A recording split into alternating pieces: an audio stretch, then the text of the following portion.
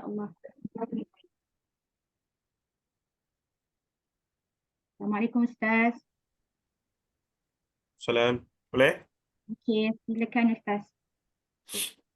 Saya bersin teruk. Dekat tidur. Jangan. Dia mari momen-momen.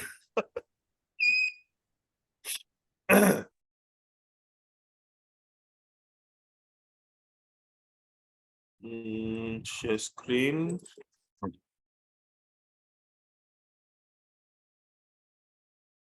Betul? Kisah yang ke-22 betul eh? Ustaz. Bismillahirrahmanirrahim. Assalamualaikum warahmatullahi taala wabarakatuh. Innal hamdalillah nahmaduhu wa nasta'inuhu wa nastaghfiruh wa na'udzu billahi min shururi anfusina wa min sayyiati a'malina may yahdihillahu fala mudilla lahu wa may yudlilhu fala hadiya lahu. Asyhadu an la ilaha illallah wa asyhadu anna Muhammadan abduhu wa rasuluh. Allahumma salli wa sallim wa barik ala Muhammad wa ala alihi wa sahbihi wa man tabi'ahum bi ihsanin ila yaumiddin. Amma ba'd. Fa inna asdaqal hadits kitabullah wa khairal hadi hadi Muhammadin sallallahu alaihi wasallam wa syarral umuri muhdatsatuha wa kullu muhdatsatin bid'ah wa kullu bid'atin dhalalah wa kullu dhalalatin finnar. Atau kama qala Nabi sallallahu alaihi wasallam la nabiyya ba'da. Terima kasih pada hadirin hadirat yang dirahmati Allah Taala sekalian, dan insya-Allah kita sambung perbincangan buku kita ni, iaitu kita masuk ke kisah yang ke-22.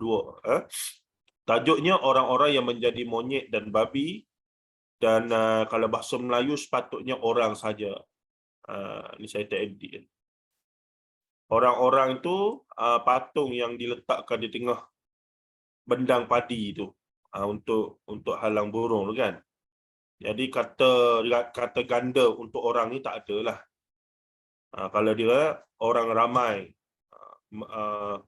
golongan tu kata ganti golongan yang menjadi monyet dan babi tu mungkin lebih. Ataupun mereka yang menjadi menunjukkan ramai dah. Satu kumpulan yang ramai dah soal bawahnya. Baik. Wabihi qala haddathani Abu Amir atau Abu Malik Al-Ash'ari. Wallahi ma kadhabani sami'a an-nabiy sallallahu alaihi wasallam yaqul la yakunanna min ummati aqwamun yastahilluna al-hira wal harir wal khamra wal ma'azif wal yanzilanna aqwamun ila janbi alamin yaruhu alaihim bisarihatin lahum ya'tihim ya'ni al-faqir lihajatin fayaqulu irji' ilayna ghadan fayubayyituhumullah wa yada'ul alam wa yamsakhu akharina qiradatan wa khanazira ila yaumil qiyamah atau kama qala sallallahu alaihi wasallam. Baik. Abu Amir atau Abu Malik, ada syak di sini. Syak ni bermaksud ada dalam perawi itu dia syak lah, sama ada orang itu adalah Abu Amir ataupun Abu Malik. Tapi yang pastinya Al-Ash'ari, iaitu daripada satu klan dengan Abu Musa Al-Ash'ari. Memberitahu aku, bila sebut Al-Ash'ari secara automatik adalah orang Yathrib, orang Madinah. Sebab di Mekah tak ada Al-Ash'ari ni. Yakni memberitahu aku demi Allah dia tidak berdusta kepadaku. Yakni Abu Amir ni, perawi ni, telah kata Abu Amir cerita pada dia, dan demi Allah wallahi ma kadzabani, dia tidak berdusta padaku. Betul apa dia kata tu. Yakni sami'an Nabi sallallahu alaihi wasallam yaqul, dia telah mendengar Rasulullah sallallahu alaihi wasallam bersabda, akan datang kaum-kaum dari umatku yang menghalalkan zina.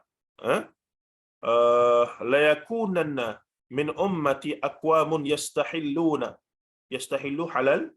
La yakunanna sampai tiba. La yakuna min ummati, daripada umat aku, aqwamun, kaum-kaum. Aqwam, kaum-kaum ni jamak lah.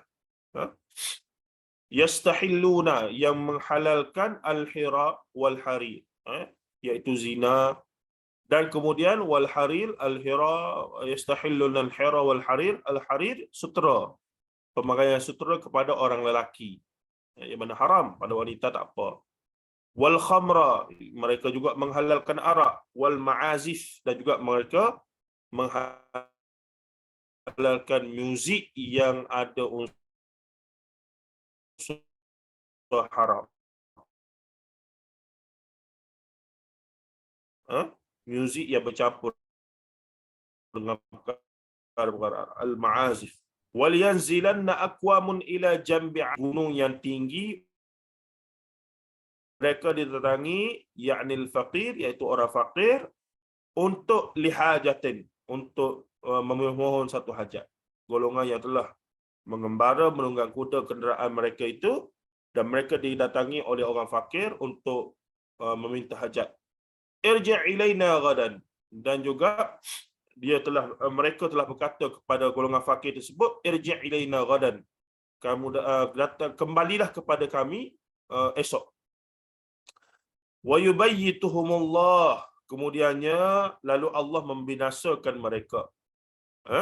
Fa yubayyituhumullah wa yada'ul alam, pada waktu malam membinasakan mereka, yakni wa yada'ul alam, dan membinasakan alam, wa yamsakhu akharina qiradatan wa janazira ila yaumil qiyamah, dan membiarkan gunung itu dan yang lainnya diubah menjadi monyet dan babi sehinggalah ke hari kiamat. Qiradatan wa janazir wa khanazir, ni khinzir, jamak kepada khinzir, khanazira. Qiradatan akharin wa yamsakhu akharina qiradatan ila yaumil qiyamah. Lantas mereka pun diubah menjadi monyet dan babi hingga hari kiamat. Baik. Hadis ni agak umumlah. Takhrijul hadis ini diriwayatkan oleh Imam Bukhari dalam Sahih al-Bukhari dalam kitab al-Ashribah. Ashribah ni syarab minum, ashribah minum. Ma ja'a fi man yastahillul khamra wa yusammihi bighairi ismih. Bab telah datang pada mereka yang menghalalkan arak, wa yusammihi, dan mereka menamakannya bighairi ismihi, dan menamakannya sebagai bukan arak. Akan datang di akhirat, akhir zaman, orang yang menghalalkan arak dengan meletakkan jenama yang tidak menunjukkan ia arak. Ada ai jus tu lah, jus ni lah, tapi sebenarnya arak. Letaklah nama macam-macam, tapi sebenarnya ada unsur alkohol dan arak yang boleh memabukkan dan seumpamanya. Nombor 5590. Baik. Secara umum nanti kita tengok hadis di atas ini ancaman keras bagi sesiapa yang menggunakan pelbagai helah untuk melakukan perkara-perkara haram. Helah, kalimah yang penting di sini helah. Dan yang paling syur dalam syariat, apa helah yang sering kita dengar? Apa dia? Cina buta. Cina buta. Tak pasal-pasal Cina jadi buta. Apa masalah dia Cina jadi buta tu? Cerai talak 3, nak rujuk balik tak boleh dah, talak 3 ya, dengan lafaz sarih, jelas lafaz tersebut. Tapi kalau masuk mahkamah, suami berjaya meyakinkan hakim bahawa dia sebut tu dalam keadaan terlalu tertekan ke, marah ke, tak teringat ke, out of his mind ke, lagu mana ke, maka kemungkinan berdasarkan pertimbangan hakim, hakim syar'i, dia boleh istihad. Sebenarnya talak yang dilafazkan itu jatuh kepada satu sahaja. Contohnya, aku ceraikan kau talak 1000. Dah, gaduh. Nah, aku ceraikan kau talak 1 juta. Mana ada 1 juta? Marah sangat kan? Tengah-tengah tak stabil macam mana? Talak 1 juta dia bagi. Maka dibawalah pada hakim. Pertama, kesalahannya talaknya di luar mahkamah. Sebab talak di negara kita ini mestilah dilafazkan dalam mahkamah untuk kerasmian, direkodkan. Nanti akan menyebabkan nanti nak kahwin balik apa semua. Maka banyak kes jadi si isteri nak kahwin balik dengan orang lain tak boleh sebab tidak disahkan sebagai seorang janda ataupun seorang balu ke begitulah. Maksudnya status dia berpisah dengan ataupun berpisah mati, berpisah hidup dengan suami sebelumnya itu tidak jelas, tidak ada rekod. Maka tak boleh kahwin lain di Malaysia ni. Maka pernah terjadi seorang isteri ada dua suami. Bukan dua suami, suami dia bercerai lama dah, cuma dia tak rekod tu menyebabkan dalam rekod dia ada dua suami pun. Tu bahayalah. Baik. Jadi antara mazhab ataupun ulama yang masyhur yang berpegang bahawa talak 3 jatuh 1 adalah Syekhul Islam Ibn Taymiyah. Dan inilah antara fatwa dia yang menyebabkan semua ulama zaman dia macam tak setuju dengan dia lah dan mengeluarkan fitnah yang macam-macam kepada Syekhul Islam Ibn Taymiyah rahimahullah ta'ala. Baik. Kerana Ibn Taymiyah melihat maslahah lebih besar dan seumpamanya. Tapi dalam mazhab Syafi'i, kalau lafaznya sarih, walaupun digunakan dengan qaid dengan apa nama? Contohnya, kalau awak keluar daripada rumah ni, jatuh talak 3. Maksudnya begitu. Dalam lafaz tu sarih disebutkan, kalau awak keluar daripada rumah ni rumah yang kita duduk sekarang ni, maka jatuh talak. Tiba-tiba isteri dia pun keluar. Sebab apa? Angkat baju hujan di ampayan. Tu hati-hati tu. Jadi kena jelas keluar tu keluar kawasan rumah ke, keluar dalam rumah ni, dalam petak ni ke. Kalau ikut mazhab Syafi'i, bab ni dia literal sikit, dia agak sempit ya. Dia kata kalau begitu jelas suami sebut gitu, ya jelas. Masuk rumah tu rumah mana? Rumah ni ke rumah tu? Dia tak kata, tapi macam rumah ni lah. Jangan keluar supaya orang tengok, orang nampak. Maka jatuh. Mungkin sebahagian qadhi yang kata jatuh. Maka talak 3, tak pasal-pasal meroyang lepas tu. Sebab tu jangan main-main. Benda ni memang tak boleh main-main. Ialah kalau dia kata, awak kalau awak keluar daripada rumah, when you step out from this house, keluar saja, maka jatuh talak 3. Yang main, tiba-tiba hujan di ampayan. Suami duk kerja. Pagi-pagi tu suami baiklah. Tak nak bagi isteri dia keluar ni, dia yang jemur kain. Dia punyalah nak jaga bini dia ni, baguslah. Tiba-tiba hujan.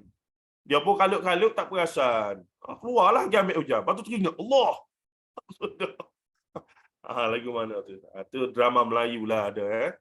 Drama tak Melayu jangan-jangan. Baik, itu antara helahnya. Helahnya lagi apa dia? Ni kita orang tua belaka dah, tapi penting untuk bagi faham kepada anak cucu nanti dalam masalah, contohnya puasa. Yang muda-muda kahwin dekat dengan puasa. Dalam keadaan tersebut, ada ustaz-ustaz mengajar, kalau kata nak bersama juga pada siang hari dalam bulan Ramadan, maka batalkan puasa tu dulu. Pergi minum air ke, pergi batalkan puasa lah. Bila dah batal puasa, kemudian baru bersama, maka bersama tu tak kira lah kafarah yang kata kena puasa 2 bulan berturut-turut, kena bebaskan seorang hamba abdi, satu lagi apa dia? Kena bagi makan 30 orang fakir tu. Jadi nak pelepah kifarah tersebut, maka buka puasa tu dulu. Boleh ke lagu tu? Pada zahirnya nampak macam okeylah teknikalnya. Tapi hakikatnya Allah tak tahu kita buka puasa tu sebab benda tu. Gitu cara. Jadi ni helah lah, panggil helah. Nak helah dengan siapa? Allah Ta'ala. Jadi valid ke nak helah dengan Allah ni? Tak valid sebenarnya. Tapi bolehlah helah kepada mahkamah syariah. Bolehlah. Kalau mahkamah tanya gini-gini, ya betul. Saya dah tak puasa hari tu. Gini-gini. Bolehlah. Baik, seterusnya, alat-alat hiburan diharamkan kerana mahalakannya akan hanya menyebabkan manusia melakukan perkara-perkara yang diharamkan. Ini satu khilaf yang besar lah. Majoriti ulama' mengharamkan apa saja jenis muzik yang dianggap melalaikan. Cuma ada sedikit kelonggaran, muzik yang tidak bertali, itu perbahasan khusus pula. Bahkan kemudian yang mengharamkan muzik secara mutlak ni, mereka melihat muzik zaman awal dulu, muzik ni, dia mesti plus dengan arak, plus dengan pelacuran lah, hubungan seksual dan seumpamanya. Makanya bila sebut kata ada majlis muzik, maka dua ni wajib ada. Maka haramnya muzik untuk dengar tu kerana majlis tu sendiri haram belaka. Tapi dan kemudian pada zaman Islam kemudian, zaman Ibn Hazmin Al-Andalusi dan seumpamanya, mereka melihat muzik ni sebagai muzik saja. Sebagai muzik. Bahkan ada perubatan, terapi yang guna muzik. Untuk orang gila pada zaman Ibn Hazmin Al-Andalusi, mereka ada hospital orang gila, psikiatri yang mereka gunakan muzik-muzik. Petikan-petikan gitar, sitar, gambus dan seumpamanya. Bahkan mereka gunakan terapi bunyi-bunyi alam, air mengalir apa semua itu gini, yang dianggap sebagai muzik alami untuk jadi di sinilah khilaf dalam bab muzik ni tak selesai sampai hari ini. Tapi majoriti ulama pada asalnya meletakkan haram secara haram disebabkan qarinah tadi, arak, judi. Sebab muzik ni jaranglah tak ada benda-benda yang larang lain ni. Tapi yang mengharuskan kata selagi mana boleh kontrol, duk main gitar, semayang band tak tinggal apa semua, bolehlah. Cuma terjerumus kepada haram tu cepat sangat. Begitulah khilaf di antara para ulama. Dan kalau kita nak pegang muzik haram secara mutlak pada hari ni, susahlah juganya. Sebab maksudnya muzik tu apa? Majlis muzik ke? Muzik tu sendiri bunyi-bunyi. Handphone kita ada muzik. Tengok. Segala-gala lah masuk dalam kereta bunyi muzik. Itu Syekh Dr. Yusuf Qardawi dalam bab ni dia rincikan lagi lah. Yang dimaksudkan haram muzik tu apa dia? Orang punya muzik ada unsur-unsur tadi gini-gini.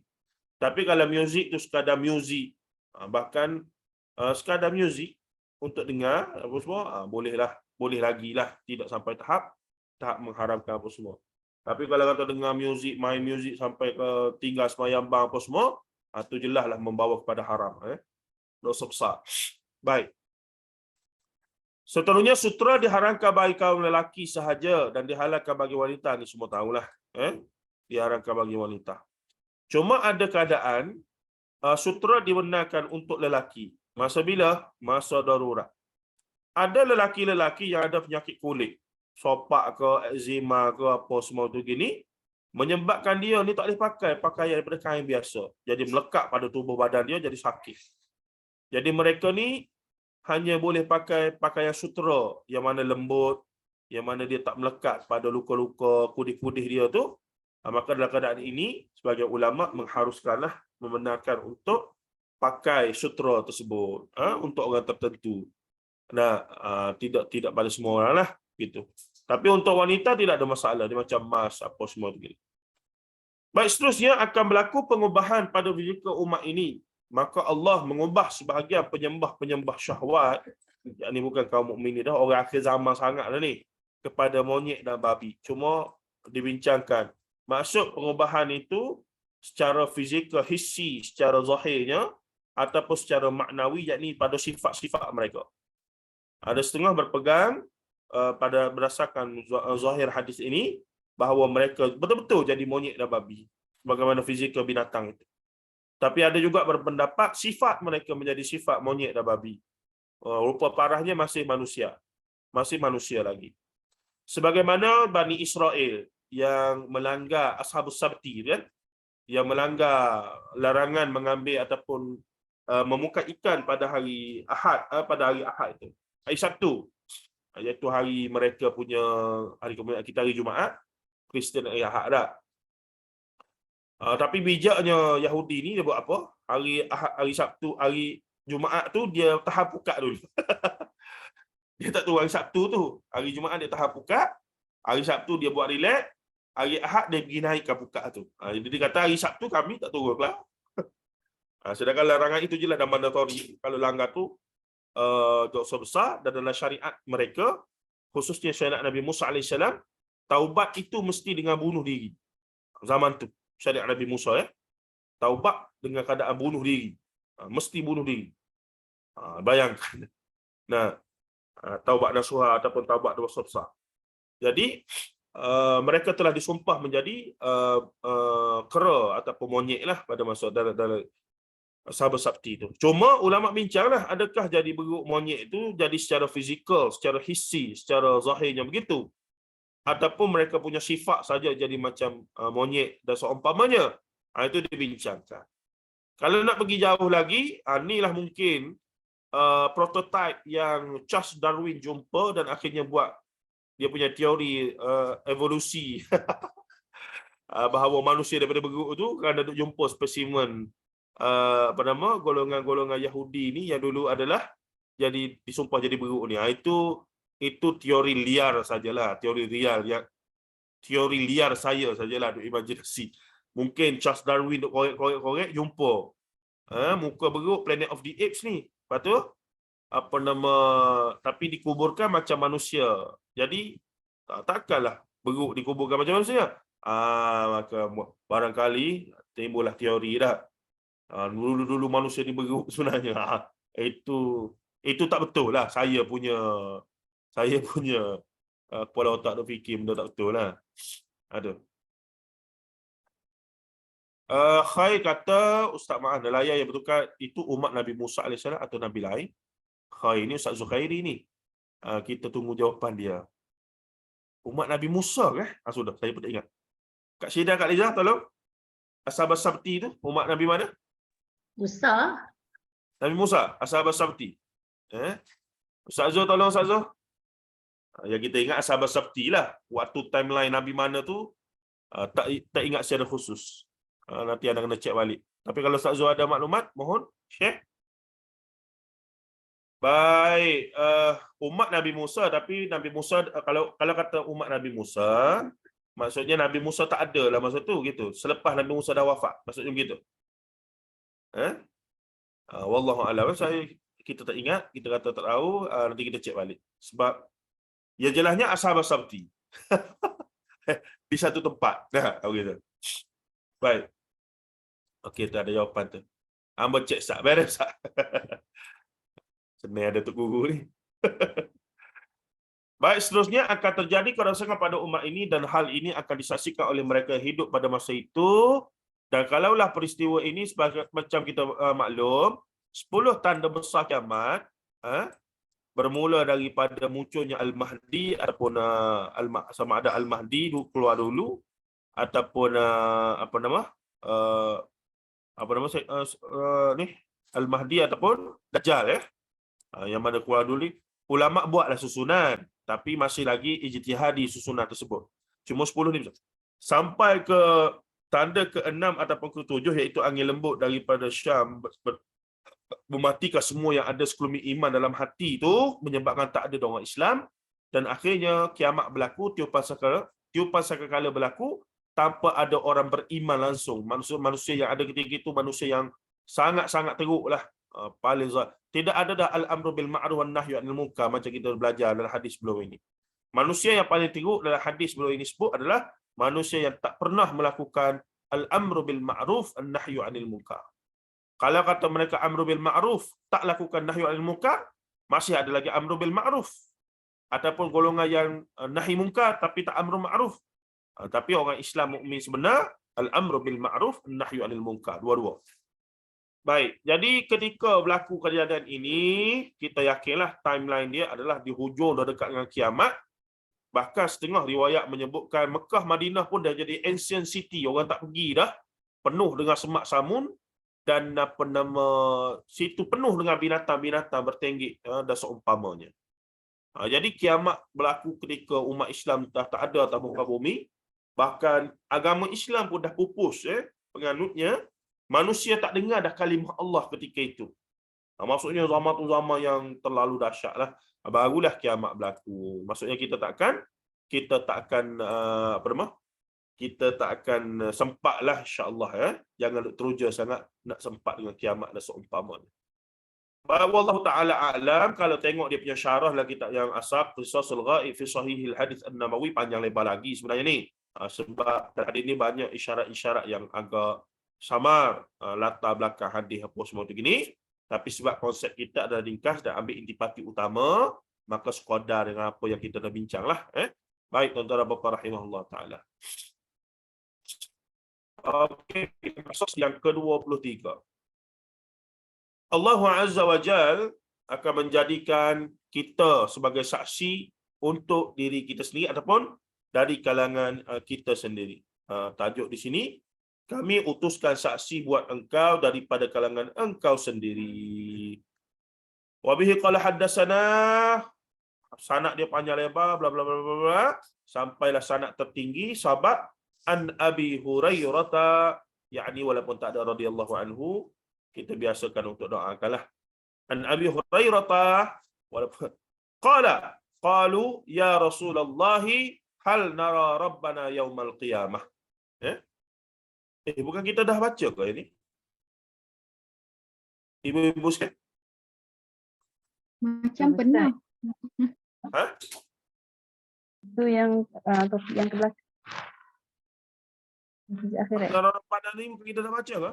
Belum. Lebih kurang kisah 19 saya tu, baca Ustaz. di Dia Ya? pun Kisah similar dengan 19 tu lebih kurang. lebih kurang. Okey, tak apa, kita teruskan. Maksudnya kisah lebih kurang sama ya? Ke saya ulang dua kisah? Oh, okey, yang ni pendek sikit. Ya. Lain sikit. Ya. Imam Muslim, Sahih Muslim, Kitab Az-Zuhud wa Raqa'i, nombor 2968. Yang kisah tu 19. Ana rabbana yaumal qiyamah lagi. Satu lagi. Okey. Ya.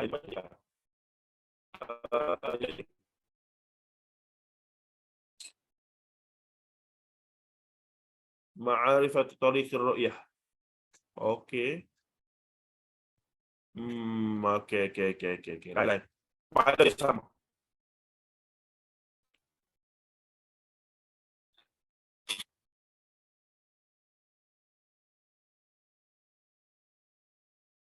Kami utuhkan saksi buat engkau daripada kalangan engkau sendiri. An Abi Hurairah radhiyallahu anhu, yakni qalu ya Rasulullah hal nara rabbana yaumal qiyamah? Qala hal tudaruna fi ru'yati asy-syamsi fi az-zahirati laysat fi sahabah? Qalu la. Qala fa hal tudaruna fi ru'yati al-qamari lailatal badri laysa fi sahabah? Qalu la. Qala fawalladhi nafsi biyadihi la tudaruna fi ru'yati rabbikum ataupun rabbikum illa kama tudaruna fi ru'yati ahadihima. Qala fayalqal 'abda fayaqulu ayl ful alam ukrimka wa usawwidka wa uzawwijuka wa usakhkhir laka khayla wal iblika wa adharka tarasu wa tarba' fayaqulu bala qala fayaqulu afazananta annaka mulaqi fayaqulu la fayaqulu fa inni ansaka kama nasitani. Daripada Abi Hurairah radhiyallahu anhu, yakni katanya mereka berkata, yakni para sahabat bertanya Rasulullah SAW, ya Rasulullah, hal nara rabbana yaumal qiyamah? Hal nara rabbana yaumal qiyamah? Bolehkah kami tengok Tuhan kami pada hari kiamat? Baginda sallallahu alaihi wasallam menjawab, apakah kalian mendapat bahaya ketika melihat matahari pada tengah hari yang tidak ada awan? Mereka menjawab tidak. Boleh tengok tapi sakit mata sikitlah. Baginda bersabda, apakah kalian mendapat bahaya ketika melihat bulan pada malam bulan purnama yang tidak ada awan padanya? Mereka menjawab, lagilah okey, tidak ada masalah. La.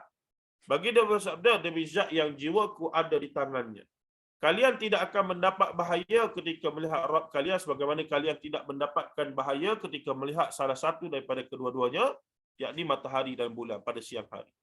Baginda sallallahu alaihi wasallam sabda lagi, maka dia menjumpai seorang hamba lalu berfirman, hai fulan, yakni Allah telah pergi jumpa dengan salah seorang daripada hamba dia di yaumul qiyamah, dan Allah berfirman kepadanya, hai fulan, bukankah aku telah memuliakan engkau? Aku jadikan engkau tuan, aku nikahkan engkau, aku kendalikan kuda dan unta untuk engkau, aku biarkan engkau menjadi pemimpin yang ditaati. Dia menjawab, ya benar. Beliau bersabda, yakni Nabi SAW kemudian tambah, kemudian Allah berfirman, apakah engkau rasa akan bertemu denganku? Maka dia menjawab, tidak. Kemudian dia berfirman, sesungguhnya aku melupakan engkau sebagaimana engkau melupakan aku. Situasi di mana orang yang diberi nikmat yang banyak, yang mencukupi luar biasa, tapi setelah itu dia telah lupa daratan lah. Sampai kamu lupakan semua itu datang daripada Allah Azza wa Jalla. Sikit sebanyak perkara ini mengingatkan saya kepada peristiwa beberapa jam sebelum kematian YB Datuk Seri Salahuddin Ayub tempoh hari. Dari isu ideologi politik itu tak ada masalah lah, masing-masing punya hal. Cuma mendengar apa yang dia ucapkan beberapa jam sebelum kematian dia itu agak menarik dan juga dekat agak menyentuh hati lah ya. Bila dia menyebutkan sekian, semoga dia ikhlas dan semoga Allah Ta'ala balas dengan balasan yang terbaik lah untuk beliau rahimahullah Ta'ala rahmatan wasi'ah. Allahumma fir lahu warhamhu wa'afi wa'fu anhu. Baik, jadinya keadaan orang ni dia lupa pada Allah, maka Allah kata dah engkau lupakan aku pun lupalah pada engkau. Nah, syaratnya kita kena dululah. Kita berlari pada Allah dalam hadis lain yang dibincangkan oleh Tirmizi. Kita selangkah pada kita berjalan pada Allah, Allah berlari pada kita. Dah. Kita datang sedepa, Allah datang. Maksudnya begitu. Keadaannya Allah sentiasa akan lebih daripada apa yang tindakan kita itu. Itu ada dibincangkan dalam buku Dr. Umar dulu, siapa ingat kita mengaji yang apa dia? Sebelum ni tu yang kita khatam tu. Buku apa dia? Sahih tidak semestinya palsu, bukan? Apa dah? Apa? Dari Sahih yang Allah, apa tak? Tajuk pun tak ingat dah buku. Apa dah? Tak ingat lah. Kak Liza cari sekejap. Dah. Sahih tak semestinya sunnah. Memahami hadis tidak semudah sahih itu sunnah, dhaif itu bid'ah. Gitu. Salah satu bab dalam tu kalau ingat berkaitan dengan Allah berlari apa semua tu. Kita selangkah pada Allah, Allah sejengkal pada kita. Maksudnya kecepatan itu. Itu bagusnya bila kita dah lalu buku-buku itu, kita ingat ada, maka kita boleh cari. Tapi kalau ingat seketul-seketul lagi baguslah. Itu ada pada Ustaz Zul lah kot. Kita ni ingat nak cari mana tu pun dah bagus dah. Dapat dah kita belajar lah. Ini tak pernah dengar tu, tak syok tu. Padahal kita dah lalu dah. Paling tidak ya. Baik. Alhamdulillah ramai ni 37 orang, terkejut tu. Consider ramai ni. Zaman Nabi Daud apa ni? Ustaz Zul kata zaman Nabi Daud AS juga tafsir Qutubi Baghawi Nasyah. Tengok Ustaz Zul. Ni selesai masalah kita. Jadi zaman Nabi Daud. Cuma setakat yang kita ingat dalam Quran tak sebutlah Nabi Daud tu ada ketika peristiwa itu berlaku. Kan kalau kata umat Nabi Musa pun selepas Nabi Musa wafat, kemudian Nabi Syed, Nabi apa nama? Apa yang jadi ancestor dia tu? Dia punya penerus yang jadi Yushak bin Nun. Nabi Yushak bin Nun. Betul. Terima kasih Kak Azhar. Yushak bin Nun ganti ataupun meneruskan legasi Nabi Musa. Cuma kita pakai ta'rif bahawa Nabi penerus legasi, terima wahyu untuk teruskan syariat Rasul sebelumnya. Jadi dia terima wahyu, cuma dia teruskan syariat. Sebab Rasul terima wahyu sebagai syariat. Itu ta'rif yang lebih tepat berdasarkan perbincangan yang adalah bukan masa sebelum ni. Rasul terima wahyu untuk disampaikan, Nabi terima wahyu untuk diri sendiri. Itu kurang tepat. Nabi juga terima wahyu untuk disampaikan, cuma dia tak bawa syariat baru. Dia memantapkan syariat yang sedia ada dah oleh Rasul. Baik. Kemudian katanya, apa lagi dah? Apakah engkau rasa akan bertemu denganku? Maka dia menjawab tidak. Zon dia punya sangkaan, dia punya kesimpulan dia kata, sebab aku pun lupa pada Allah dulu, maka aku pun sesungguhnya aku melupakan engkau sebagaimana engkau melupakan Allah berfirman. La fa inni ansaka kama nasitani. Sesungguhnya aku ansaka melupakan engkau kama nasitani sebagaimana kamu melupakan aku. Na'udzubillah min dzalik. Thumma yalqa tsalits. Bertemu pula orang yang ketiga ni. Fayaqulu lahu mithla dhalika. Fayaqulu ya Rabbi amantu bika wa bi kitabika wa bi rusulika wa sallaitu wa sumtu wa tasaddaqtu wa yuthni bi khairin mastata'a. Fayaqulu ha huna idhan.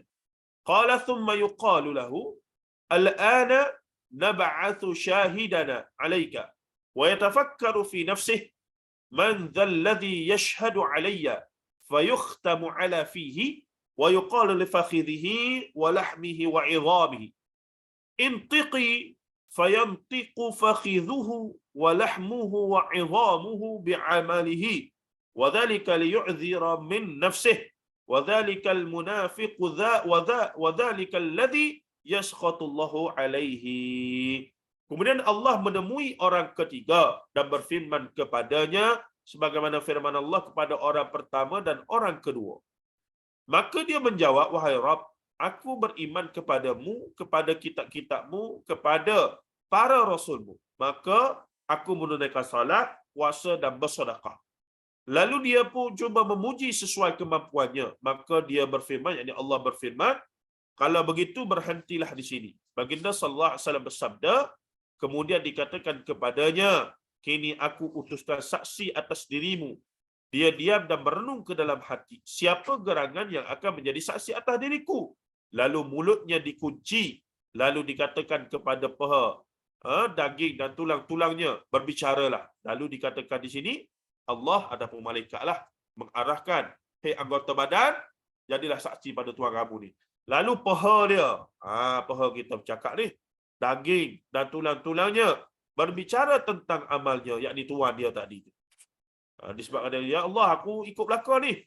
Quran aku terima, hadis terima, amal aku buat belakang. Allah kata, okey, tak apa, berhenti situ. Tutup mulut. Kunci mulut. Lepas tu, okey, anggota-anggota badan berbicara. Paha bercakap, daging bercakap, tulang-tulang bercakap. Habislah kita, apa benda dia orang cakap nanti ni. Kalau kata dia backup kita, alhamdulillah. Nah, tuan aku ni bagus, begini. Tuan saya ni begini. Rajin mengaji. Telinga mata dia duk menghadap laptop je 24 jam. Mengaji dengan Ustaz Zul. Tadabbur dengan Ustaz Yusuf. Maksudnya, dah seumpamanya. Jadi ada alasan dan itu akan dinilah. Itulah kemudian semua itu akan memberikan keleluasan untuk mengajukan keberatan bagi, maksudnya diberikan kebebasan untuk berkata yang benar tentang tuan dia tu. Guna mereka untuk ke mana, untuk apa. Maka orang yang duk mengaku mulut dia buat macam-macam baik tadi sebenarnya itulah seorang munafik dan itulah orang yang dimurkai oleh Allah. Yakni anggota tubuh badan dia kata, tak betul mulut duk cerita tu. Cerita yang baik saja. Sebab tu bila appraiser, ya, kita hijau dulu kan, appraiser. Ada apa dia setiap tahun ada apa nama panggil? Inilah apa prestasi lah apa semua kan. Okey, awak kena cerita. Sedap boleh karang. Oh, saya buat ni. Oh, saya belaka buat. Sayalah. Oh, sayalah. Berkajang-kajang kita boleh karang apa yang kita buat. Padahal kita tengok-tengok gitu ya. Bukan buat apa. Maksudnya di situlah kalau kata mekanisme antara yang adil memang kena ambil pandangan beberapa orang. Bukan. Yang dia cerita satu hal, tapi yang klik pula kena dua pihak lah. Yang sokong dia dengan yang tak sokong. Kalau kata semua orang, daripada 5 orang, 4 orang bersetuju dia buat apa yang dinyatakan, maka kita boleh assume dia benar-benar melakukan hal tersebut. Ya. Tapi kalau daripada 4 orang ataupun 5 orang itu, 3 orang kata sebaliknya, 2 orang saja backup, maka kita boleh assume yang dia sebut tu something fishy lah. Tidaklah setepat apa yang dia appraisalkan itu. Tapi ini tidak berlaku di akhirat kelak. Kerana apa? Kerana yang menjadi saksi, yang menjadi bukti adalah anggota badan yang tidak akan berdusta sama sekali lagi. Wal'idzubillah min dzalik. Semogalah anggota tubuh badan kita ni cerita yang baik-baiklah saja pasal kita. Nah, Jadi lepas mayang ke apa semua, duk bangun tahajud tu, dah kena bercakap dengan anggota badan ni. Tangan kaki, nanti Allah Ta'ala tanya. Soalan begitulah, ada saya melawak itu.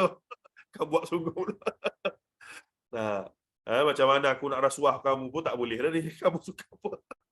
Ya, cuma harapnya ada. Tak payah. Kalau kita buat benda baik, dia akan cerita benda baik lah. Itu saja. Kalau kita buat benda tak baik, dia akan ceritalah benda tak baik. Itulah. Itu saja dia punya perbezaannya. Okey. Performa review kat Syafiq ni betul. Skin juga keberkat ya. Dalam ayat lain ada Quran yang disebut tu. KPI dan seumpamanya baik. Okey, diriwayatkan oleh Imam Muslim Sahih Muslim kitab Zuhud war Raqaiq, kitab berkaitan dengan zuhud ataupun zuhud ni apa terjemahan dia? Bercukup-cukup ya. Dia ada satu lagi qanaah. Qanaah. Itulah kita bincang, Ustaz Zul pada bincang qanaah. Merasa cukup. Dia tak dia takrif kaya, sebab tu kaya dalam Islam ni apa dia? Al-Ghani. Kaya ni, kita punya kaya apa dia? Banyak duit, banyak harta, banyak emas, material lah. Tapi dalam Islam kaya yang sebenar adalah al-qanaah. Qanaah ni apa dia? Cukup. Keluar daripada tahap kemiskinan, dan parameter miskin apa dia? Layak terima zakat. Kalau kita adalah golongan bukan asnaf dan tak layak terima zakat, consider kita kaya lah tu. Consider kita ni. Dan ada setengah orang ni, dia berasa cukup lah dengan apa yang dia ada. Bukan dia tak nak kaya ke tak. Tapi objektif hidup dia bukan nak jadi jutawan, bukan nak jadi walaupun nampak kaya tapi hutang banyak apa semua, dia tak nak. Dia gaji 5,000, isteri dia gaji 3,000. Nah, anak-anak cukup makan belaka, tak adalah mewah sangat, tapi rumah pun nak habis bayar dah, kereta pun nak habis bayar dah. Cukup. Itu kaya dah bagi dia tu. Dan dia umur persaraan tak ada hutang langsung lah. Contoh, ada orang dia punya takrif kaya bagi dia begitu. Dia mati, anak-anak tak payah dah tanggung hutang dia ke apa semua begitu gini. Ada. Dan dia pun bila orang mari cerita, ni masuk ni haji. Haji kan baru bersara dapat KWSP tu. 500,000, 300,000, 400,000, sejuta tu. Why not melabur ni, skim ni. Bagi 1,000, dalam masa 2 bulan jadi 14 juta. Orang kita mudah percaya tu. Last kali masuk, terduduk. Semalam baru saya baca ya. Pasangan bersara 2 orang. Hangus 300,000 lebih. Pelaburan cryptocurrency. 300,000 lebuh habis duit persaraan 2 orang. Sebab apa tu? Sebab nak kaya mudah tu. Daripada duit saja baik masuk juga. Goyang-goyang kaki dapat duit. Masuk 300,000, 500,000. Bulan pertama boleh 10,000. Alhamdulillah boleh dah 10,000. 10,000 daripada 500,000 dia letak tu berapa persen baru. Maksudnya tertipulah dia rasa. Tu.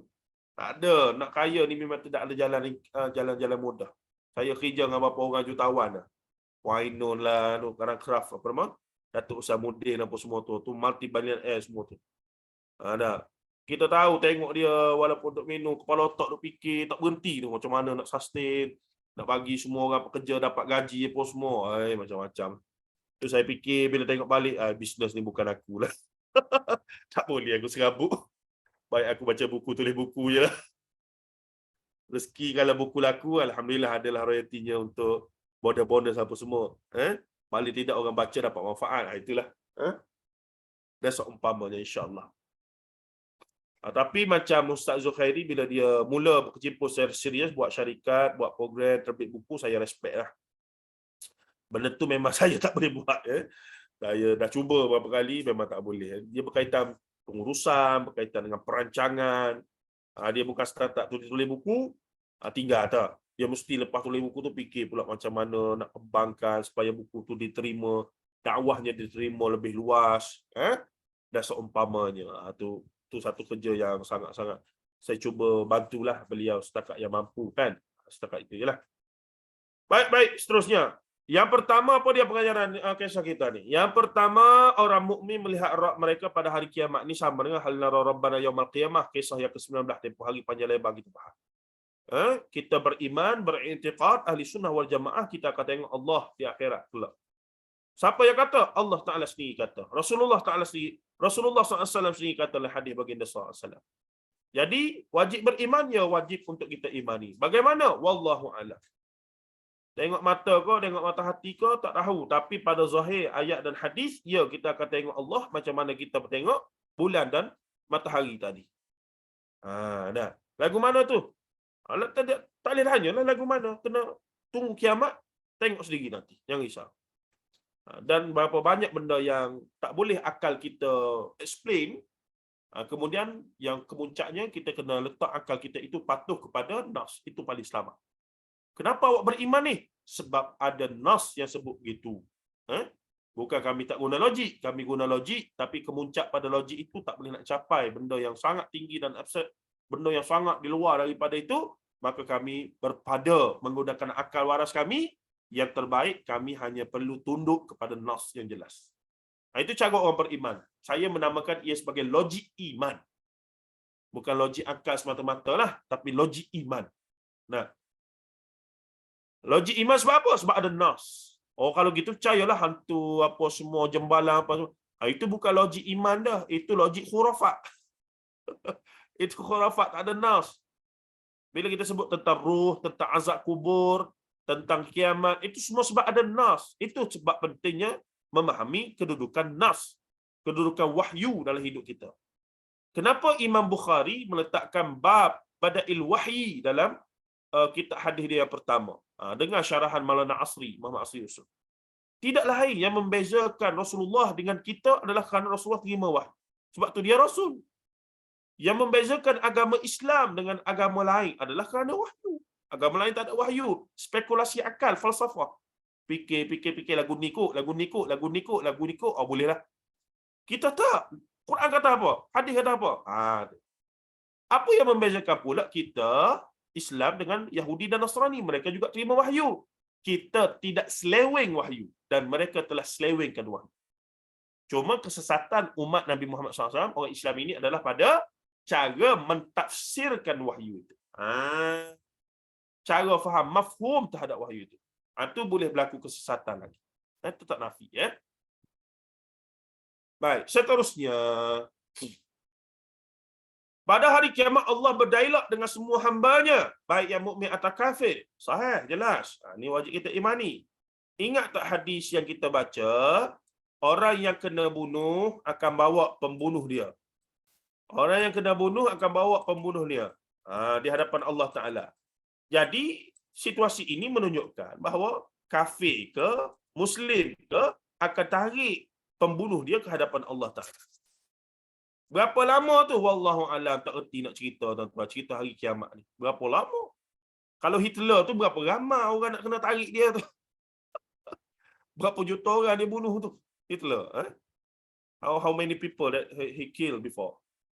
Yang daripada Yahudi. Tak kira lah. Bukan kata Allah tengok, oh kamu Yahudi, ya kamu kira tak boleh lah. No.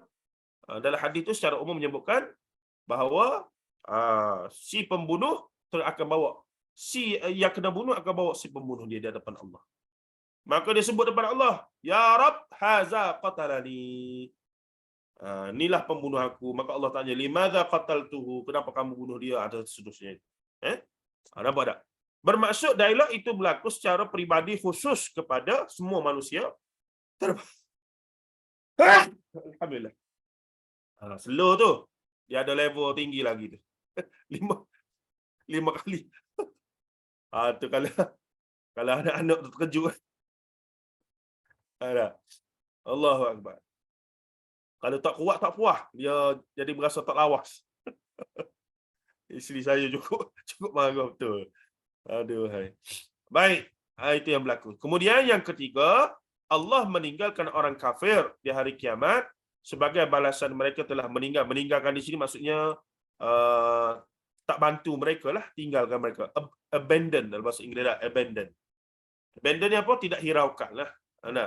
Diketepikan itu. Kerana telah meninggalkan ibadah kepadanya ketika di dunia dulu. Seterusnya. Sebahagian orang kafir mengaku bahawa diri mereka adalah seorang mukmin yang beriman kepada Allah. Kitab-kitabnya dan para rasul. Sebahagian orang kafir Dan mungkin juga adalah golongan munafik. Kafir di sini maksud munafik. Dan mereka yang pada zahirnya Muslim, tapi fi qulubihim marad. Pada jiwa mereka ada sakit ataupun ada kejahatan lah. Asfali minan nar, mereka itu. Di dasar api neraka.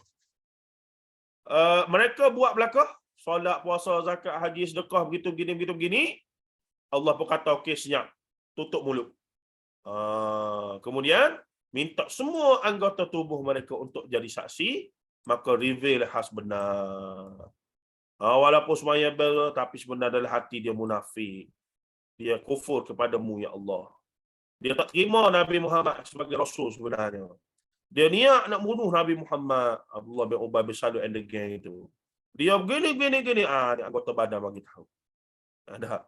Bila anggota badan bagi tahu, tak boleh nak nipu lah. Tak boleh nak nipu lah. So, yang kelima.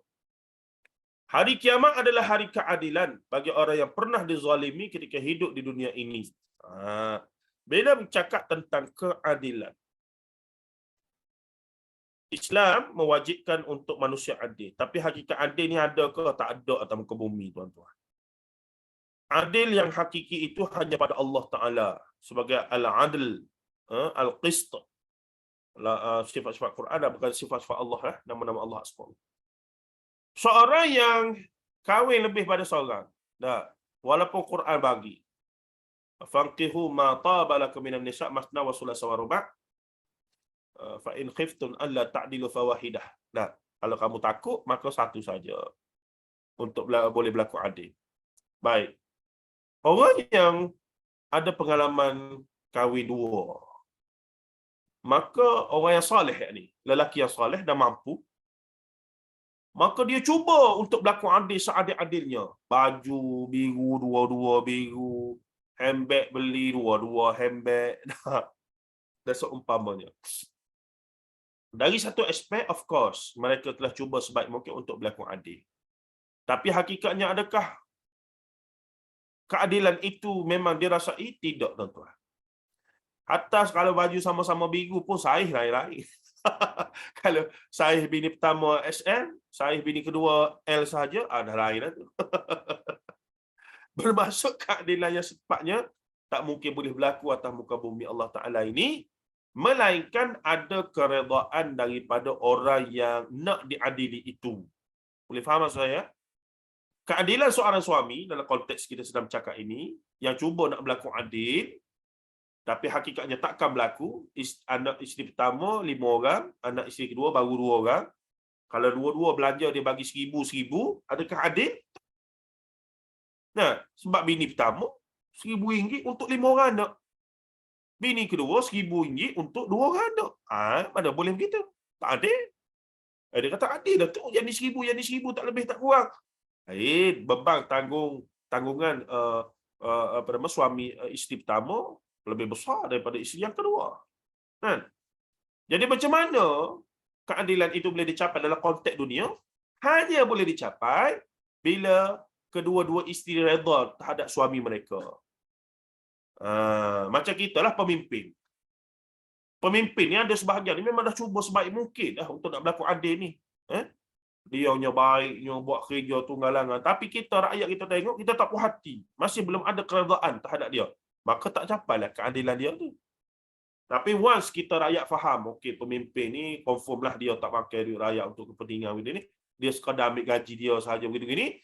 Dan dia telah usaha sebaik mungkin. Maka kami sebagai rakyat ni redha lah dengan setakat yang dia mampu. Barulah terbitnya keadilan itu.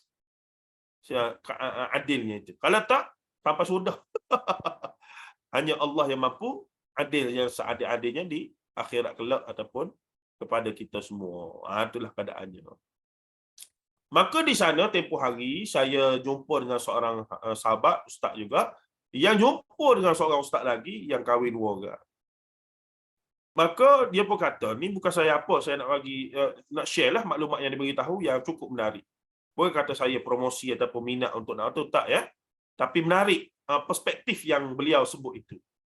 Ustaz ini sudah berumur, saya sebut nama semua kenal, saya tak nak sebut. Kahwin 2 daripada awal dan anak ramai belah-belah orang. Dan dia ni the person that I knew that he tried the best to be just to both of the family. Memang dia ni kita tengok, kita tahulah, man of his word, bukannya kata cakap saja praktikal.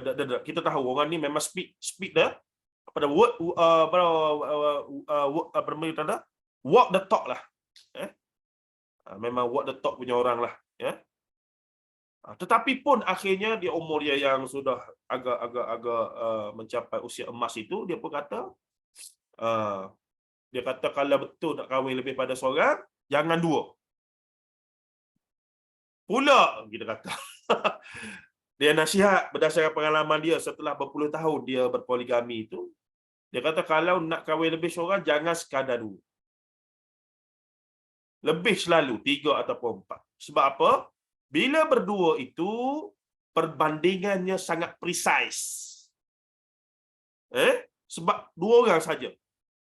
Kalau di peringkat isteri kedua-duanya sudah redha dalam konteks dia ni, kedua-dua isteri okey.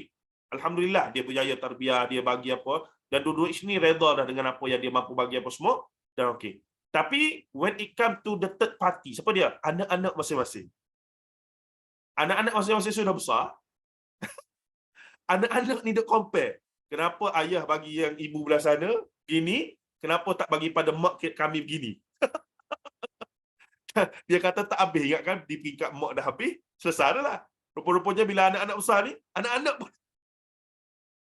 Jadi dia kata, alang-alang, maksudnya kalau dia kata nak kahwin lebih pada seorang, jangan 2, 3 ataupun 4, supaya tak sempat nak buat comparison itu katanya.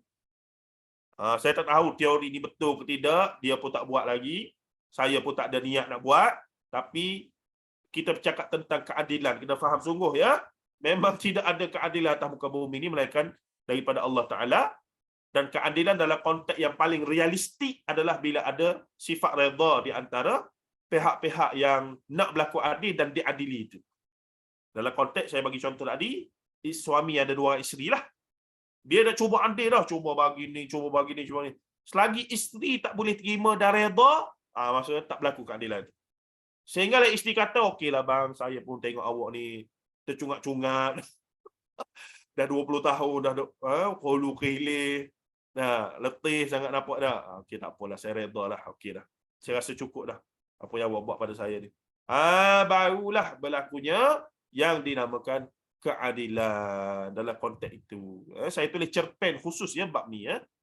Apa tajuknya? Cawangan keempat. Cerpen berani tulis, tak ada masalah. Cerpen berani tulis, tak ada masalah ya. Yang lain-lain tu tak ada apalah, tunggu di syurga esok-esok lah, tak ada masalah ya. Insya-Allah. Banyak komen pula ni, topik sedap ni.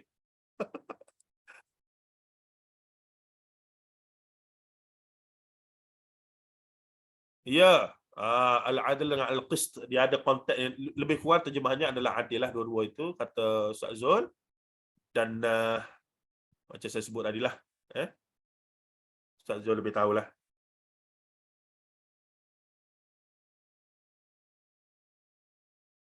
Munafik. Syiah, kategori munafik. Syiah ni secara peribadi kami lah yang ambil ilmu daripada Maulana Muhammad Asri Yusof. Ia mengkaji Syiah sampai ke tulang belulang hitam ya. Daripada sumber Syiah sendiri dalam bahasa Urdu, dalam bahasa Farsi dan seumpamanya, kami lebih cenderung bahawa Syiah bukan daripada kalangan Islam, khususnya Syiah Imamiyah Ithna Asyariyah. Syiah Imam 12 yang menjadi agama rasmi di Iran. Kami cenderung kata dia bukan mazhab tapi agama Syiah. Sebab apa? Sebab syahadah dia lagi, usul akidah dia pun dah beza dengan usul akidah Ahli Sunnah wal Jamaah. Bukan Ahli Sunnah wal Jamaah saja, usul akidah Islam. Mengucap 2 kalimah syahadah, mereka tak mengucap 2 kalimah syahadah. So macam mana kita nak kata sama tu? Tak begitu ya. Maka belajar nakal. Ustaz Zul. Nanti tuan-tuan boleh minta Ustaz Zul ulas konteks al-adl dengan al-qist. Beza tu, terjemuh dua-dua adil. Tapi dia ada konteksnya masing-masing, al-adl dengan al-qist. Dan satu lagi istilahnya al-wasat. Wa kadzalika ja'alnaka ummatan al-wasat. Ustaz ada seorang pakcik-pakcik berbual masa poligami mana-mana tempat isyak. Semangat sekali Haji Rafiq mahu berkahwin 2. Abang Khairul mencelah, kita macam ni lah. Sejak dulu lagi semangat nak kahwin 2. Sampai sudah sembang je lah. Maaf mencelah. Cerita macam ni memang topik halwa telinga saja. Sebab yang praktis takkan cakap banyak. Biasanya tiba-tiba jadi. Cuma peristiwa yang berlaku betul baru berlaku 2 hari lepas. Satu kuliah saya pergi tu, tiba-tiba kawan-kawan kawasan rumah tu, kawasan ni dia di Hill Park, apa nama, satu surau di apa nama ni, tempat cantik ni, Eco World. Eco World ni majoritinya 30-an, bawah 40-an awal, lebih kurang saya semua. Jadi tiba-tiba kawan-kawan dia orang ni mari, masing-masing macam hinga-binga. Ustaz, dia macam, kenapa? Tak Ustaz, nak maklum kan sahabat kita ni rupa-rupanya dah lama 2 dapur. 2 dapur, kiasannya. Jadi masing-masing pun mengusik lah. Ceritalah sikit macam mana. Ceritalah sikit macam mana, gini. Saya kata tak apa, saya nak tanya satu soalan je. Saya nak tanya satu soalan je pada Tuan Badan ni. Minta maaf ke minta izin? Tengok ibu-ibu tak faham ni. Saya tanya minta maaf ke minta izin? Faham Ustaz. Faham Faham. Dia pun kata minta maaf. So kita fahamlah apa Kahwin lah. dulu lah tu Ustaz. Kalau kau minta kahwin Maksudnya dulu. apa jalan yang dia tempuh tu kita dah tahu dah. Saya tanya minta maaf ke minta izin? Dia kata minta maaf settle. Okey, selesainya mengarut ni melalui mana-mana kita ni. Baik, akhir sekali katanya pada hari kiamat orang kafir akan berdebat dengan anggota tubuh badannya sendiri. Dalam surah apa nama surah Ar-Rahman ke surah ni surah Sajdah, ada ayat yang Ustaz Zul kalau boleh tolong yang berkaitan dengan anggota badan akan bercakap backup tuan dia ataupun akan menghujahkan untuk menyebabkan tuan dia di inilah. Baik. Namun anggota tubuhnya memberikan saksi sebaliknya sehingga berlakulah perdebatan dan pertikaian antara diri dan semua anggota tubuhnya. Wallahu a'lam. Itulah kisah kedua kita pada hari ini. Ada berbaki lagi, kita teruskan kepada kisah yang ke-24. Ni seronok ni. Lajulah sikit Tapi macam saya bagi tahu, kalau ada masa scan balik dengan ulasan Tuan Guru Datuk Dr. Abdul Basit Abdul Rahman, hafizahullah. Dan kalau nak tengok syarah yang lebih panjang, kena beli buku yang satu lagi, PDF bahasa Arab adalah kalau siapa boleh bahasa Arab. Dan kalau nak baca yang syarahnya sekali pun ada dalam terjemahan Indonesia apa semua tu.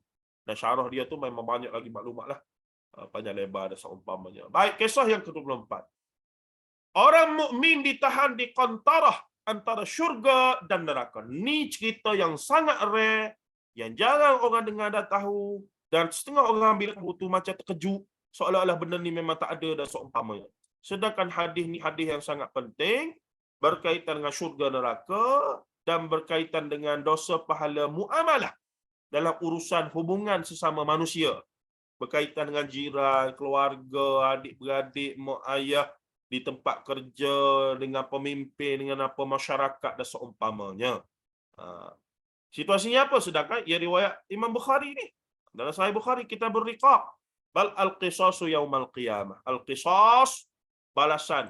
Balah jawab balah. Kalau bunuh balah bunuh. Qisas yaumal qiyamah. Yakni di akhirat kelak ada satu situasi manusia kita ni akan diqisas. Akan menerima qisas ataupun akan mengqisas. Kita kalau ada orang pada kita boleh qisas orang tu. Kalau kita buat orang kita akan dituntut untuk melakukan qisas tersebut. Hadis nombor 1534 2440. Apa hadisnya berbunyi? Cuba kita tengok. Situasinya nanti dalam hadis hal nara rabbana yaumal qiyamah 19 tu dah ada ujung-ujung sikit tu sebelum merentas titian sirat. Sebenarnya bila orang mukmin lalu titian sirat, ada yang laju bagaikan kilat, ada bagaikan menunggang kenderaan masing-masing, ada yang slow pelah apa semua. Ala kullin, lepas saja titian sirat tu, ingatkan terus dapat masuk syurga. Rupa-rupanya ada satu lagi checkpoint. Apa dia? Qantarah. Ni qantarah. Bukan keturah yang kata mok pada orang Melayu asal usul tu masalah dunia juga tu. Ini qantarah Nah, cuba kita tengok hadisnya. Anna Aba Sa'id al-Khudri radhiyallahu anhu qala. Qala Rasulullah sallallahu alaihi wasallam, yakhlusul mu'minuna minan nari fayuhbasuna ala qantaratin. Ini bahasa dia ataupun ejaan dia. Qantarah, sebut betul-betul. Bukan keturah. Qantarah, qantarah. Qantarah, qantaratin. Bainal jannati wan nar, di antara syurga dan neraka. Ada qantarah antara syurga dan neraka. Apa dia qantarah ni? Checkpoint lah. Cara terjemahan literanya, ada satu checkpoint tempat nama qantarah. Fayuqassu li ba'dihim min ba'd mazalimu kanat bainahum fid dunya hatta idza hudhibu wa nuqqu udhina lahum fi dukhulil jannah fawalladhi nafsu Muhammadin biyadihi la ahaduhum ahda bimanzilihi fil jannati minhu bimanzilihi kana fid dunya atau kama qala sallallahu alaihi wasallam. Baik. Daripada Abu Sa'id Al-Khudri radhiyallahu anhu katanya, Rasulullah sallallahu alaihi wasallam bersabda, orang-orang mukmin, ini kita buat satu ni. Orang mukmin telah selamat daripada neraka. Maksudnya apa dia? Telah lalu titian sirat, selamat daripada jatuh api neraka. Ada api neraka. Lalu sinilah. Siapa dia lalu ni? Kita ni. Lalu. Orang Lydia kita ni. Lalu. Ada yang derah, ada yang slow, ada yang naik kenderaan, ada yang mengesok. Berdasarkan amal masing-masing, semoga Allah Ta'ala ampunkan kita, rahmati kita dan selesaikan urusan lalu titian sirat dengan cemerlang lah. Bila dah lalu tu, sepatutnya telah selamat daripada neraka. Dan bila selamat daripada neraka, sepatutnya terus dapat masuk syurga. Ni syurga duk belah ni. Neraka duk bawah ni. Nah. Tiba-tiba, lalu mereka ditahan atas qantarah tadi. Kena, apa nama? Rabla. Ingat ke? Clear dah. Tengok sebelah sana ada rabla. Tak ada apa. Tiba-tiba, di mana qantarah ni? Bainal jannati wan nari. Di antara syurga dan neraka. Fayaqussu li ba'dihim min ba'din. Fayuqassu. Sebahagian dengan sebahagian lainnya diberi haknya yang pernah dianiaya di dunia, sehingga apabila mereka telah bersih dari seluruh dosa, maka mereka diizinkan masuk syurga. Maka berlaku ya fayuqassu, qassu, diberikan hak-hak untuk kita kata menyelesaikan urusan yang tak selesai, li ba'dihim min ba'd, di atas sebahagian yang lain ke atas yang lain. Mazalimu kanat bainahum fid dunya, yang mana difokuskan kepada hal-hal yang zalim. Apa dia zalim? Zalim ni hak diambil oleh orang lain lah, benda yang tidak berhak kita terima. Benda yang berkaitan dengan hak yang dimungkiri. Maka kanat bainahum fid dunya, di antara sebahagian daripada mereka yang ahli syurga dah. Tapi ada lagi tak selesai. Dosa dengan Allah selesai dah. Dosa dengan Allah kalau dah masuk neraka, kena bakar, apa semua selesai belakang dah. Sebab dosa tak sembahyang, puasa, zakat, haji, itu dosa pada Allah. Dosa pada Allah, taubatan nasuha, selesai dah.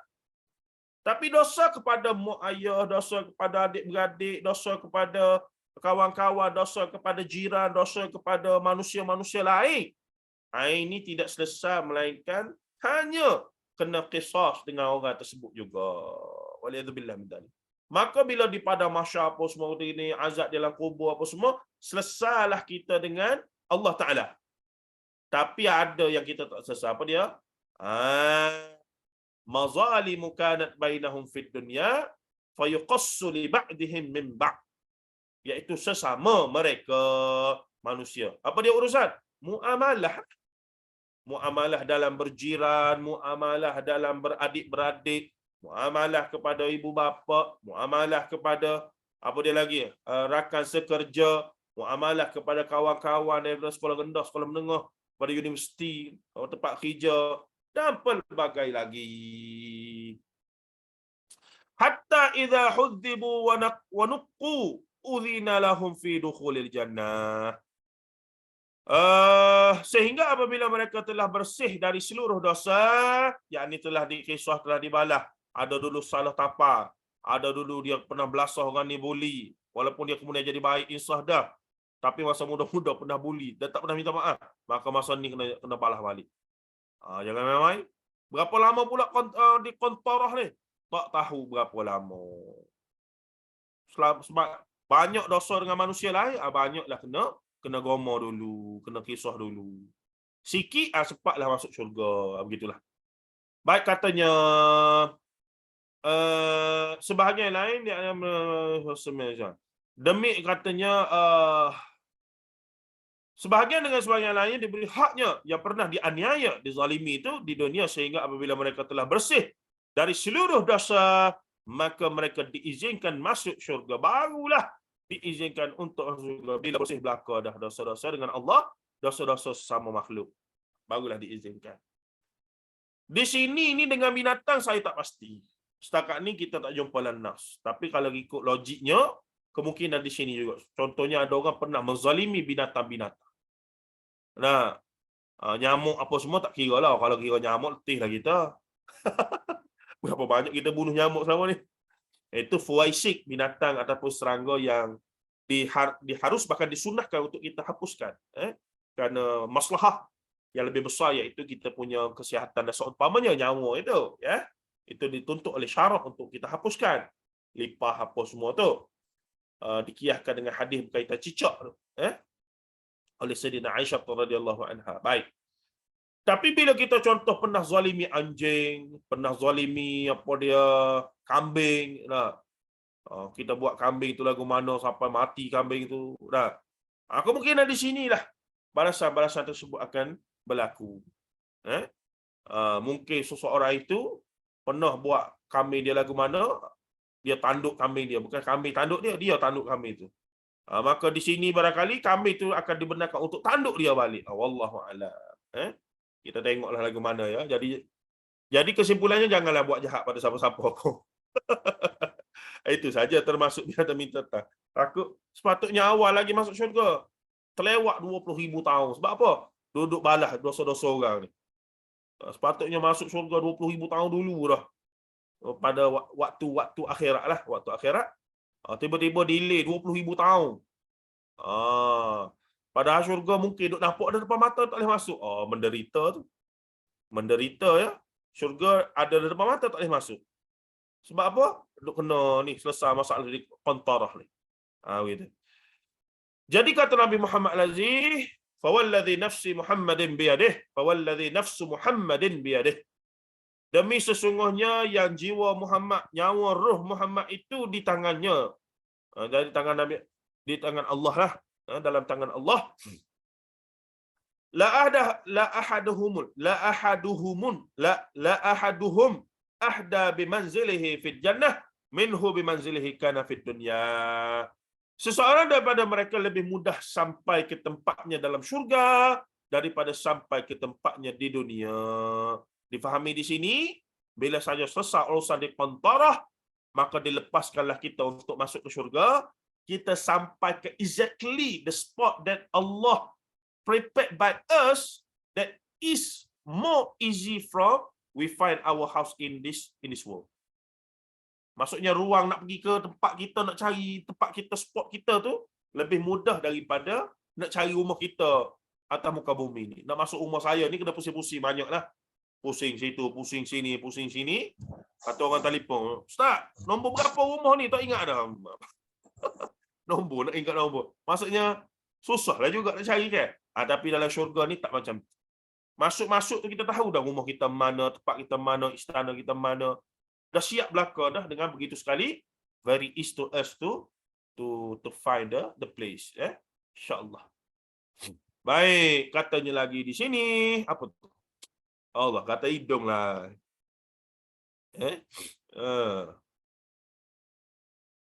Yang pertama katanya, orang-orang mukmin, orang-orang lagi. Orang mukmin ditahan di atas qantarah sebenarnya. Qantarah.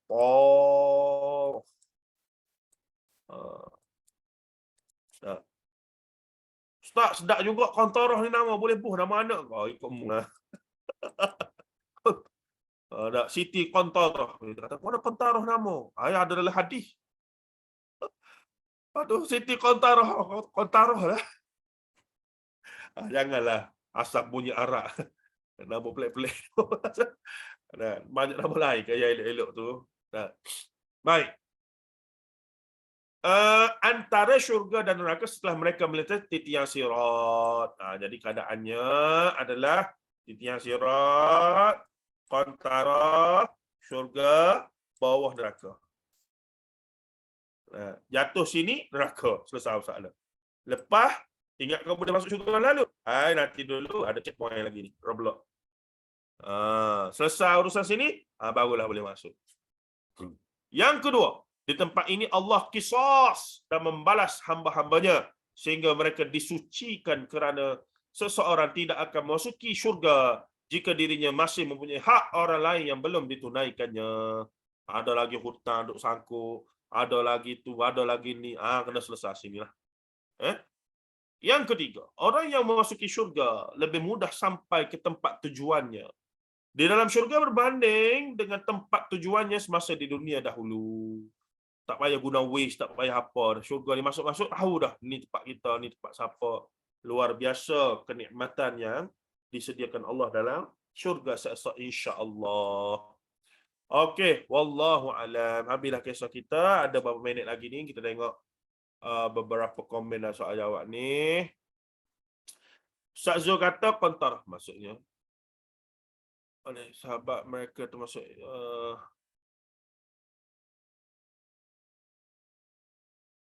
okey, Fussilat.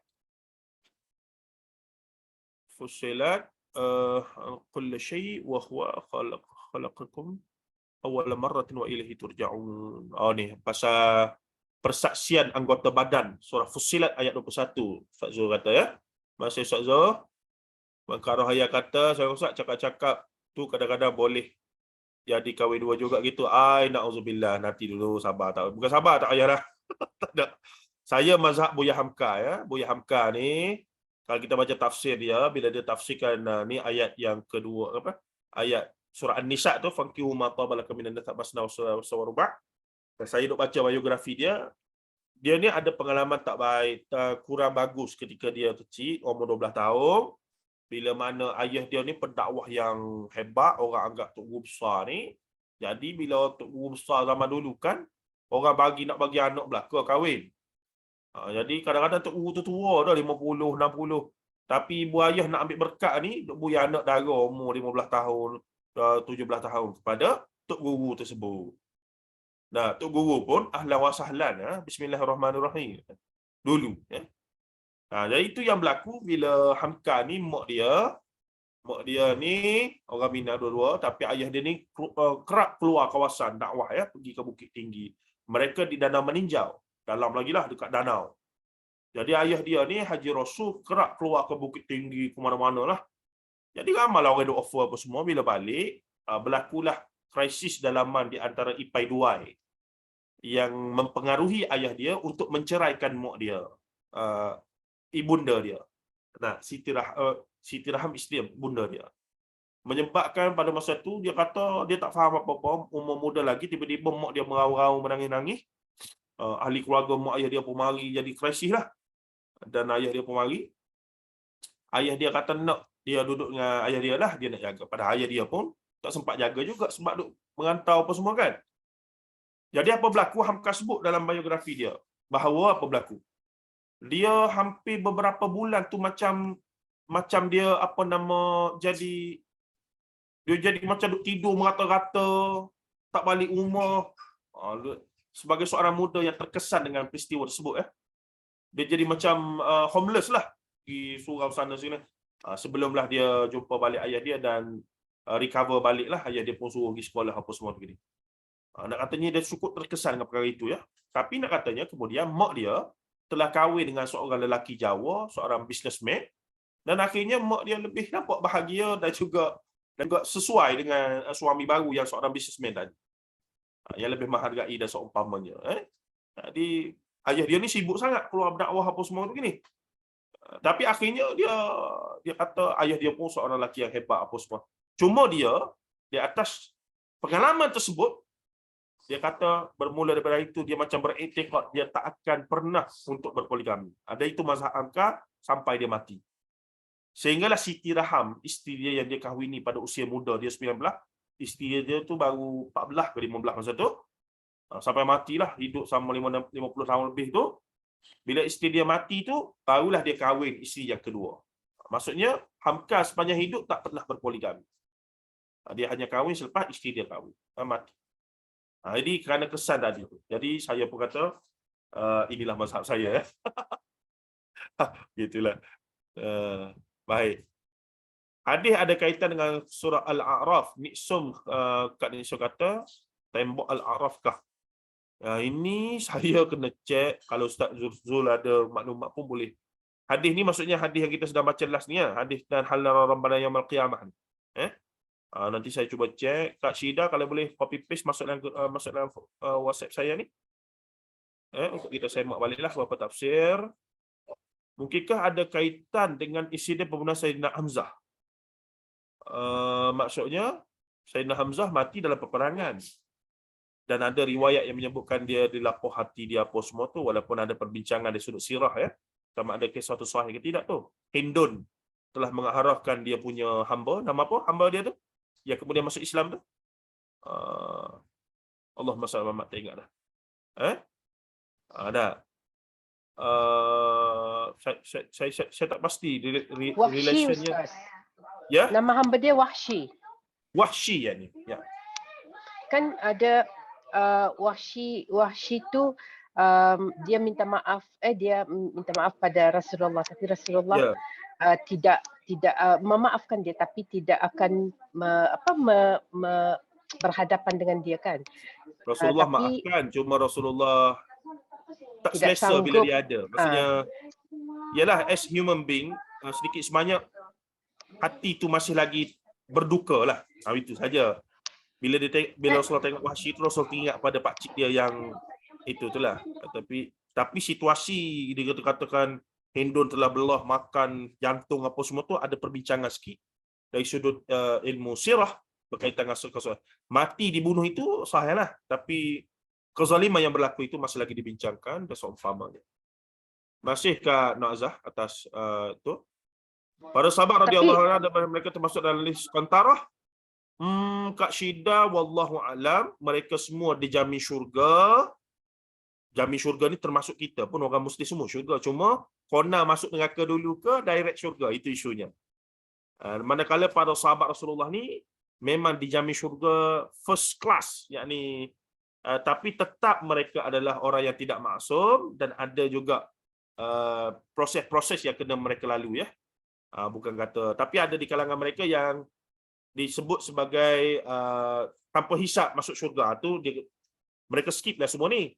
Sebab ketika di Yaumil Mahsyar tu terus syurga dibuka dan mereka terus masuk tanpa kena hisab pun, kan? Kita dah baca sebelum ni bila habis cerita Syafa'atul Uzma yang Rasulullah bersujud di bawah arasy. Rasulullah minta ummati ya Rabb. Lepas tu Allah kata, okey Muhammad, umat kamu boleh masuk dulu, umat kamu yang tidak dihisab boleh masuk syurga dulu. Ni saya yakin sahabat-sahabat semua sekali dalam masa itu. Maksudnya mereka tak perlu lalu dah benda yang orang lain lalu, iaitu kena hisab dulu, kena qantarah dulu, kena yang titian sirat dulu apa semua ni. Tu dia punya tu.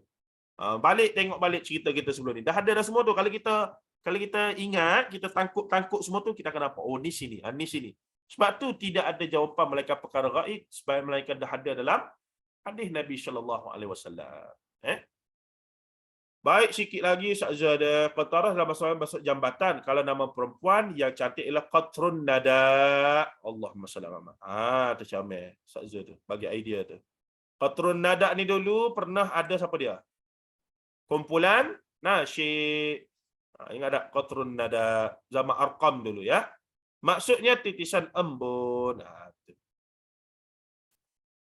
Masya-Allah sedap ya. Macam kumpulan ada. Kumpulan nasyid dulu. Ayalah tu. Anak sepupu nama ini secantik orangnya qatrun nada. Boleh jadi panggil Nada lah, Nada. Boleh masuk dalam listing nama anak ni Kak Liza. Siapa nak beranak lagi ni? Bukan Kak Liza. Allah. Syafini Ramli ya baru teringat. Allahumma amin ya Ustaz. Qatrun nada. Qatrun nada. Tapi ejaan orang kita jadi qatrun nada lah pun. Orang kita ni. Qaradawi jadi Kardawi. PMX padahal dia kawan dengan Qardawi tu. Kena bukan main baik lah. Tapi bila dia ceramah, Syekh Yusuf Qardawi. Jadi kaf. Sebenarnya Qaradawi. Kalau Qardawi itu orang yang berhutang tak bayar. Dan seumpamanya wallahu a'lam. Pembunuh dia tu Ustaz. Wahsy. Tapi dia bukan hamba Hindun. Okey, dia tentera ya. Anda kena betulkan balik tu. Baik, akhir orang yang masuk pentara jabatan kedua semuanya memang akan masuki neraka. Ustaz Zul bagi satu pandangan yang lebih ni. Nanti kita akan bincang lebih lanjut berkaitan dengan hal itu. Berdasarkan nas ini, berdasarkan hadis inilah yang kita faham, lepas pentara selesai, masuk syurga. Berdasarkan teks Ustaz Zul ni, pentara masuk neraka dulu, habis diazab, baru masuk syurga. InsyaAllah saya akan bincang lanjut dengan Ustaz Zul. Lagu mana ya?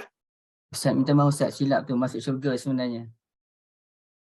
Ustaz Zul nak kata masuk syurga? Silap tulis.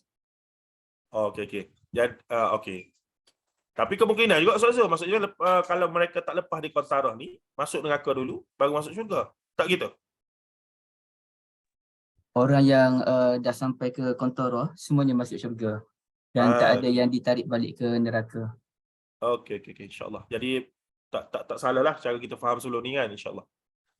Ustaz, maknanya kena qisas. Macam kat situ kena qisas je lah. Balas sikit. Yalah, maksud saya delay di situ. Sepatutnya dah masuk awal. Tiba-tiba ada lagi hikap benda-benda yang menghalang itu. Tapi sebab dah lepas titian sirat, confirm masuk syurga dah. Sebab kalau ahli neraka, Muslim yang ahli neraka, dia kena jatuh daripada titian sirat. Komen FB, Noraldli, kisah hidup melapah hati, tidak saya. Ya, betul. Ada perbincangan. Ambil. Hadis ini berbeza dengan hadis orang muflis. Ini memang dalam buku hadis Sahih Gharib, akhi. Hadis ini berbeza dengan hadis orang muflis itu. Al-muflis, okey. Wahsy adalah hamba Jabir bin Mut'im, bukan hamba Hindun. Okey, baik.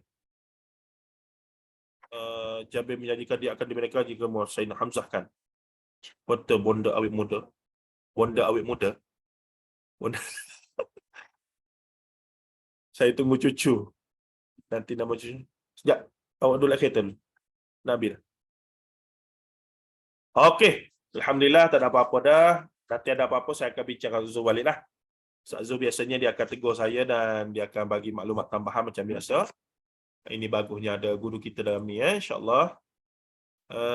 Masih banyak dan semoga kita doakan Ustaz Kak Lina dan sahabat-sahabat yang lain dalam guru Ahsanul Amala, kesihatan, kekuatan untuk sama-sama teruslah. Dan sebagaimana saya maklum selalu, pastikan kalau kita Allah Ta'ala nak ambil nyawa pun sebagai seorang tullabul ilm, supaya kita boleh tuntut dengan Allah. Sebagaimana hadis Rasulullah sebut, masalah tariqan yaltamisu fihi ilman sahalallahu lahu bihi tariqan ila jannah. Bila kita mati sebagai tullabul ilm, kita boleh tuntut untuk kemudahan ke syurga di hadapan kepada Allah Taala insya-Allah. Saya sudahkan di sini. Ada tugasan penting lain yang sedang menanti, kena hantar bini kerja, Jadi boleh tak elok dah, time pun dah okey dah tu. Tu okey, insya-Allah. Masih banyak, jazakumullah khairan katsira. Kita jumpa lagi next. Sallallahu alaihi wasallam Muhammad wa ala alihi washabihi ajma'in. Walhamdulillah rabbil alamin. Assalamualaikum warahmatullahi taala wabarakatuh. Waalaikumsalam warahmatullahi wabarakatuh. Apa Fini line tak clear, jadi dia minta Kak Liza tutup majlis. Jadi terima kasih semua, jazakumullah khairan. Kita akhiri dengan tasbih kafarah.